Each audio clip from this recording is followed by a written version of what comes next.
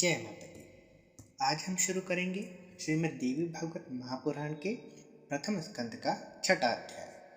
शेषशाही भगवान विष्णु के कर्णमल से मधुकैटभ की उत्पत्ति तथा उन दोनों का ब्रह्मा जी से युद्ध के लिए तत्पर होना। ऋषिगण बोले, हे सौम्य, आपने मधु और कैटभ के साथ भगवान विष्णु द्वारा महासिंधु में 5000 वर्षों तक युद्ध किए जाने की पहले चर्चा की थी। महावीर संपन्न, किसी से भी पराभूत न होने वाले तथा देवताओं से भी अपराजय वे दोनों दानव उस एकार्णव के जल में किससे प्रादुर्भूत हुए? वे असुर क्यों उत्पन्न हुए तथा भगवान के द्वारा उनका वध क्यों किया गया? हे महामते, आप यह परम अद्भुत आख्यान हमको सुनाइए। हम लोग यह कथा सुनने को इच्छुक हैं और आप अति प्रसिद्ध वक्ता हैं। हमारा और आपका यह संपर्क देवयोग से ही हुआ है। मूर्ख के साथ स्थापित किया गया संपर्क विष से भी अधिक अनिष्टकर होता है और इसके विपरीत विद्वानों का संपर्क पीयूषकर से तुल्य माना गया है। पशु भी जीवन यापन करते हैं, वे भी आहार ग्रहण करते हैं, मलमूत्र आदि का विसर्जन करते हैं और विषयासक्त होकर इंद्रियजन्य सुख की अनुभूति करते हैं, किंतु उनमें अच्छे बुरे का लेश मात्र भी ज्ञान नहीं होता तथा वे मोक्ष की प्राप्ति करने वाले विवेक से भी रहित होते हैं। अतएव उत्तम बातों को सुनने में जो लोग श्रद्धा भाव नहीं रखते, उन्हें पशुतुल्य ही समझना चाहिए। मृग आदि बहुत से पशु श्रवण सुख का अनुभव करते हैं और कान विहीन सर्प भी ध्वनि सुनकर मुग्ध हो जाते हैं। पांचों ज्ञानेंद्रियों में श्रवणेन्द्रिय तथा दर्शन इंद्रिया दोनों ही शुभ होती हैं, क्योंकि सुनने से वस्तुओं का ज्ञान प्राप्त होता है और देखने से मनोरंजन होता है। हे महाभाग, विद्वानों ने निर्धारित करके कहा है कि सात्विक, राजस तथा तामस भेदानुसार श्रवण 3 प्रकार का होता है। वेद शास्त्र आदि का श्रवण सात्विक, साहित्य का श्रवण राजस तथा युद्ध संबंधी बातों एवं दूसरों की निंदा का श्रवण तामस कहा गया है। प्रज्ञावान पंडितों द्वारा सात्विक श्रवण के भी उत्तम, मध्यम तथा अधम ये 3 प्रकार बताए गए हैं। उत्तम श्रवण मोक्ष की प्राप्ति कराने वाला, मध्यम श्रवण स्वर्ग देने वाला तथा अधम श्रवण भोगों की उपलब्धि कराने वाला कहा गया है। विद्वानों ने अच्छी तरह सोचकर समझकर ऐसा निर्धारण किया है। साहित्य भी 3 प्रकार का होता है। जिस साहित्य में स्वकीय न्याय का वर्णन हो वह उत्तम, जिन साहित्य में वेश्याओं का वर्णन हो वह मध्यम तथा जिन साहित्य में पर स्त्री वर्णन हो वह अधम साहित्य कहा गया है। शास्त्रों के परम निष्णात विद्वानों ने तामस श्रवण के 3 भेद बताए हैं। किसी पापाचारी के संहार से संबंधित युद्ध वर्ण का श्रवण का उत्तम, कौरव पांडवों की तरह द्वेष के कारण शत्रुता में युद्ध वर्णन का प्रश्रवण मध्यम तथा अकारण विवाद एवं कलह से युद्ध के वर्णन का श्रवण अधम कहा गया है। हे महामते, इनमें पुराणों के श्रवण ही प्रधानता मानी गई है, क्योंकि इनसे श्रवण से बुद्धि का विकास होता है, पुण्य प्राप्त होता है और समस्त पाप नष्ट हो जाते हैं। अतएव ये महामते, पूर्व काल में द्वैपायन महर्षि व्यास ने सुनी हुई समस्त कामनाओं को सिद्ध करने वाली परम पवित्र पौराणिक कथा कहिए। सूत जी बोले, हे महाभाग, इस पृथ्वीलोक में आप लोग धन्य हैं और मैं भी धन्य हूँ, क्योंकि आप लोगों में कथा श्रवण के प्रति और मुझ में कथा वाचन के प्रति विवेक जागृत हुआ है।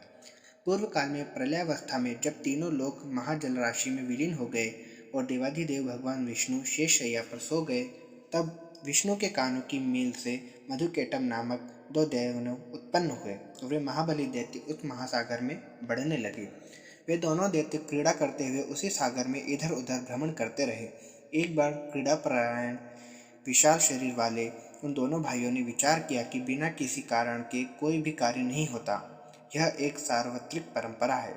बिना किसी आधार के अधेय की सत्ता कदापि संभव नहीं है। अतः आधार अधेय का भाव हमारे मन में बार बार आता रहता है। अति विस्तार वाला तथा सुखद यह जल किस आधार पर स्थित है, किसके इसका सृजन किया, यह किस प्रकार उत्पन्न हुआ और इस जल में निमग्न हम लोग कैसे स्थित हैं, हम दोनों कैसे पैदा हुए और किसने हम दोनों का उत्पन्न किया, हमारे माता पिता कौन है, इस बात का भी कोई ज्ञान हम दोनों को नहीं है। सूत जी बोले, इस प्रकार चिंतन करते हुए वे किसी निश्चय पर नहीं पहुँचे। तब कैटभ ने जल के भीतर अपने पास स्थित मधु से कहा। कैटभ बोला, हे भाई मधु, हम दोनों के इस जल में स्थित रहने का कारण कोई अचल महाबली शक्ति है, ऐसा ही मैं मानता हूँ। उसी से समुद्र का संपूर्ण जल व्याप्त है और उसी शक्ति के आधार पर यह जल टिका हुआ है। तथा वे ही परात्पर देवी हम दोनों की भी स्थिति का कारण है।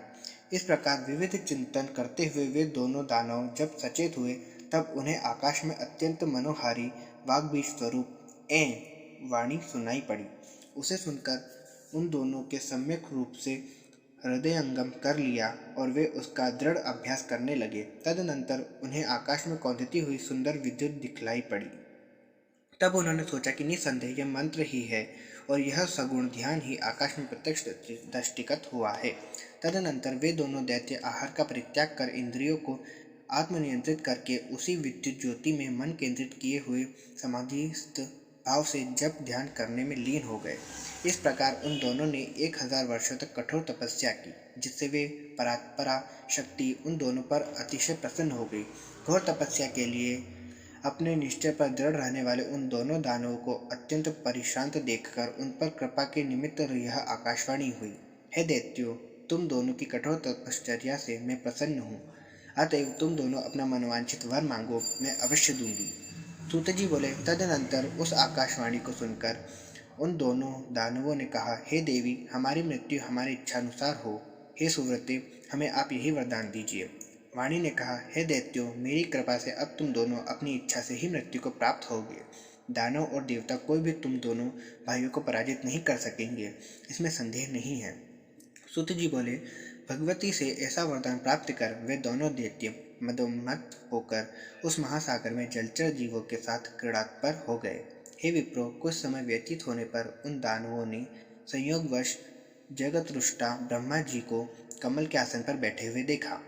उन्हें देखकर युद्ध की लालसा से वे दोनों महाबली दैत्य प्रसन्न हो उठे और ब्रह्मा जी से बोले, हे सुव्रत, आप हम लोगों के साथ युद्ध कीजिए, अन्यथा यह पद्मासन छोड़कर आप अविलंब जहाँ जाना चाहें वहाँ चले जाइए। यदि आप दुर्बल हैं तो इस शुभ आसन पर बैठने का आपका अधिकार नहीं है।